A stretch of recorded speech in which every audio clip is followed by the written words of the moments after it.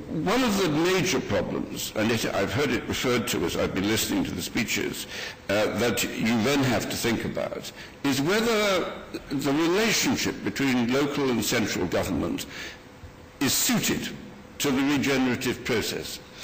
And I have to say that it is, in my view, hardly understood, although there was an awareness of it in some of the questions today, but little is it understood just how unsuited the structure of local government vis-à-vis central government is. If you're talking about regenerating an area or regenerating a community, you're not talking about building some new houses or building a new road or improving the quality of the school.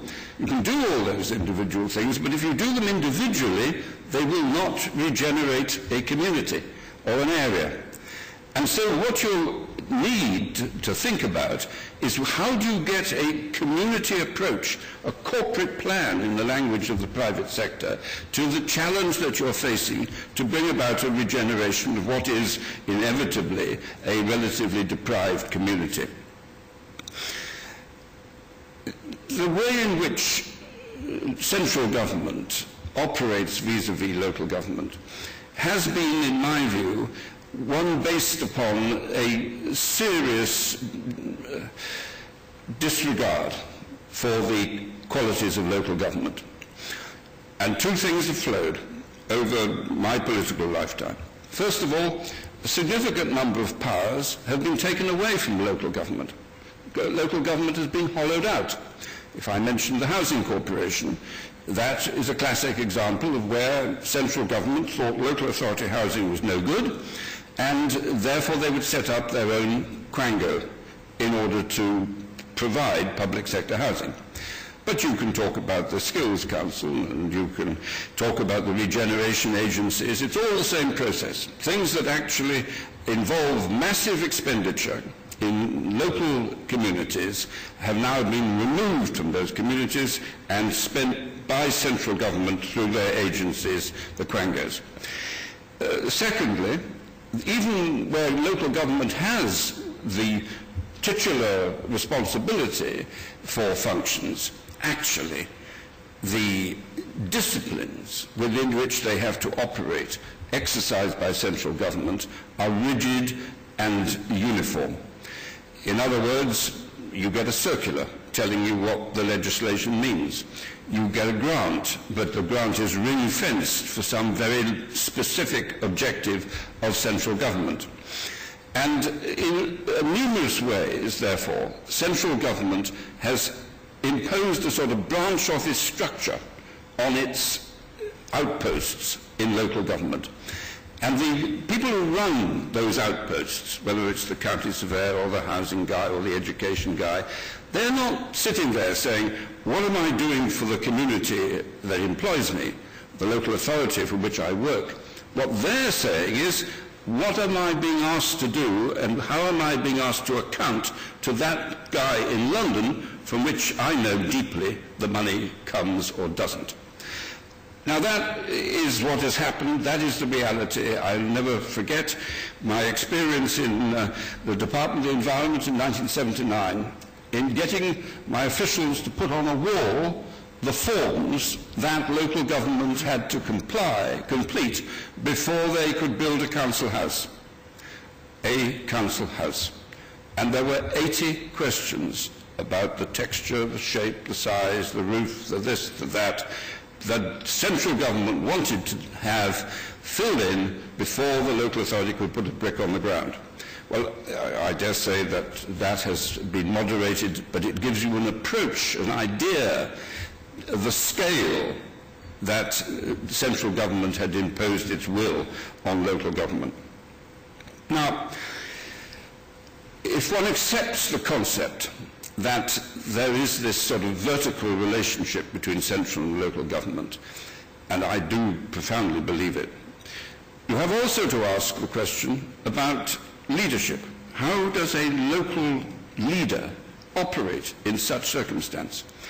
And is the way we regard the local leader appropriate to driving the dynamism of the local community? I happen to take the view that the great cities are massive economic generators. They are capable of having a profound effect on the way in which the country performs. In this country, because the geographic proximity is so much less than most equivalent economies, of course we've become London-orientated. But across the world, you would not find the Manchesters, Leeds, Birminghams, Liverpools subjected to anything like the degree of domination that those overseas countries give them. And so what about the leaders of the great cities? Well, I looked around this room, and I doubt if there are many people earning 30 to 40,000 in this audience. But that's what we pay, by way of allowances and one thing or another, to the leaders of our great cities. And they're at it 24 hours a day, 7 days a week, in public, answering every conceivable pressure that exists. Oh, of course, they have their number two, who is the chief executive. Now, I dare say there are not all that many people in this room earning £200,000 a year. But those are the sort of salaries that the chief executives of the local authorities earn. So the boss gets 30, the chief executive gets 200. Something a bit wrong with that. And I believe that what we should do was have directly elected chief executives. I don't mind whether you call them mayors or chief executives, anything you like. But there should be one person in charge, and they should be properly paid for the job that they do, because they are responsible for the potential of an economic generator the size of Manchester or Leeds or Birmingham. And then a lot of the conversation that we had in the last panel particularly was about the difficulties of the present economic situation. No one sympathizes more than I do with the analysis and the problems it creates. And there are going to be cuts.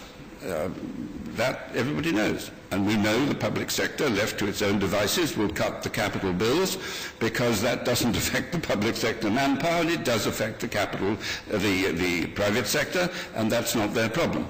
So we know that there are going to be cuts. But there's not going to be obliteration. I mentioned three quangos. I think they have a capital budget of £10 billion a year. And that's £10 billion year and year and year and year on. And of course, we also know, in this room particularly, that even if we were to say we have got 10 regeneration programs we want to do today, not a brick would be on the ground for 2 years, the time the consultants and the planners and all this got at it.